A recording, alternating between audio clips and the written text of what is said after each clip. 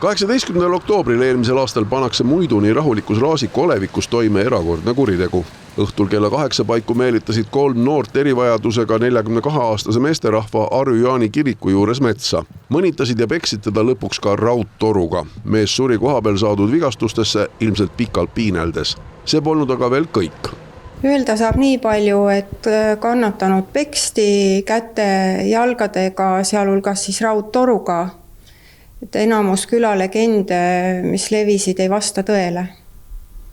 Ka vigastusi tekitati circa poole tunni jooksul ja kannatanu tõenäoliselt pidi tundma kohutavat piina ja hirmu oma elu pärast. Ja vigastused olid nii rasked, et see siis lõppes surmaga. Ja kuriteo jälgede varjamiseks? Jälgede varjamiseks nad viisid surnukeha teise kohta ja panid põlema. Olid nad omavahel tuttavad kõik? Olid kõik tuttavad. See Raasiku mõrv oli kindlasti üks viimaste aastate räigemaid kuritegusid, mis nüüd kohtusse jõuab. Tegelikult on prokuratuur selgeks teinud ka nende noorte motiivi, ehk seda on uuritud ja ka politsei jaoks oli see väga keeruline uurimine. Emotsionaalne oli see uurimine ka politseile, kes pidi tegema mitmeid väga keerulisi uurimistoiminguid ning ega päris alguses polnud võimalikud kurjategijad samuti teada. Tegelikult eelnes väike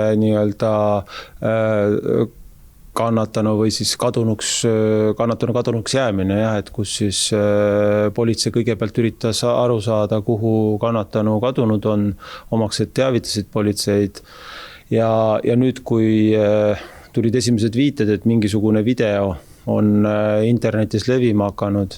Siit edasi tekkisid juba seosed, et kadunud inimene võib olla see sama, kes video on näha.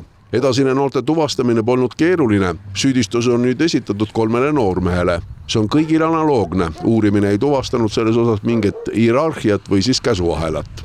Põhja ringkonna prokuratuurist saatsime süüdistusakti Harju maakohtusse siis mõrva süüdistuses 3 alaealise noormehe osas, kes olid teo toimepanemise ajal 14, 15 ja 17.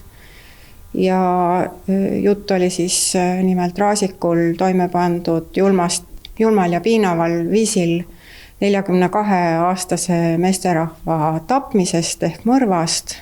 Kohus vähemalt esialgsete teadmiste kohaselt on eelistungi kinniseks kuulutanud. Kuidas läheb edasi, sõltub juba kohtust. Ilmselt oleks paljudel soov teada saada täpseid asjaolusid.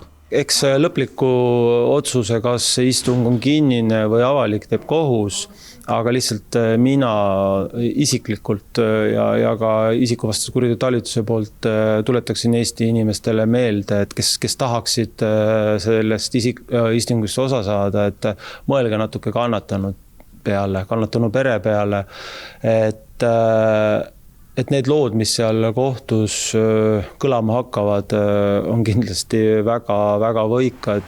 Koos süüdistusaktiga edastas prokuratuur kohtule ka kannatanu isa tsiviilagi tekkinud varalise ja moraalse kahju hüvitamiseks.